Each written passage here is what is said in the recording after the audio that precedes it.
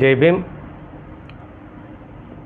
అమిత్ షా కేంద్ర మంత్రి, కేంద్ర హోంమంత్రి వర్యులు ఎవరైతే ఉన్నారో ఆయన ప్రపంచ మేధావి బాబాసాహెబ్ అంబేద్కర్ గారి మీద చేసినటువంటి అనుచిత వ్యాఖ్యలు ఏవైతే ఉన్నాయో మా జై భీమ్ మాల మహాసేన తరపున వాటిని తీవ్రంగా ఖండిస్తున్నాం. ఎందుకంటే బాబాసాహెబ్ అంబేద్కర్ గారు బడుగు బలహీన వర్గాలందరికీ కూడా ఆయన దేవుడే. ఈరోజు అమిత్ షా గారు పార్లమెంట్లో మీరు కూర్చొని ఉన్నారు, మీరు ఎన్నికల్లో నిలబడి ఓటు అనే హక్కు ద్వారా మీరు ఎన్నికయ్యి పార్లమెంటుకు పోయారంటే ఆ భిక్ష బాబాసాహెబ్ అంబేద్కర్ గారు పెట్టింది.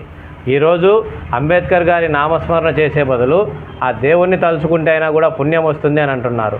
ఆ దేవుణ్ణి తలుచుకుంటే పుణ్యం వస్తుందో రాదో తెలియదు, కానీ అంబేద్కర్ గారి రాజ్యాంగం ద్వారా ఆయన చేసినటువంటి ఆ రాజ్యాంగ ఫలాలు సక్రమమైన పద్ధతిలో వాటిని పొందుకుంటే ఈ లోకంలోనే స్వర్గాన్ని చూడొచ్చు. ఎక్కడో స్వర్గం ఉందో లేదో తెలియని దానికోసము పాకులాడే కంటే మా నిజమైన దేవుడు బడుగు బలహీన వర్గాలందరికీ ఆరాధ్య దైవం బాబాసాహెబ్ అంబేద్కర్ గారు. ఇప్పటికైనా అమిత్ షా గారు బుద్ధి తెచ్చుకొని బాబాసాహెబ్ అంబేద్కర్ గారికి పాదాలు పట్టుకొని ఆయన క్షమాపణ అడగాలి. లేని పక్షాన ఆయన రాజకీయాలకే అనర్హుడు. రాబోయే రోజుల్లో ప్రజలు పెద్ద ఎత్తున అతనికి బుద్ధి చెప్తారు. జై భీమ్.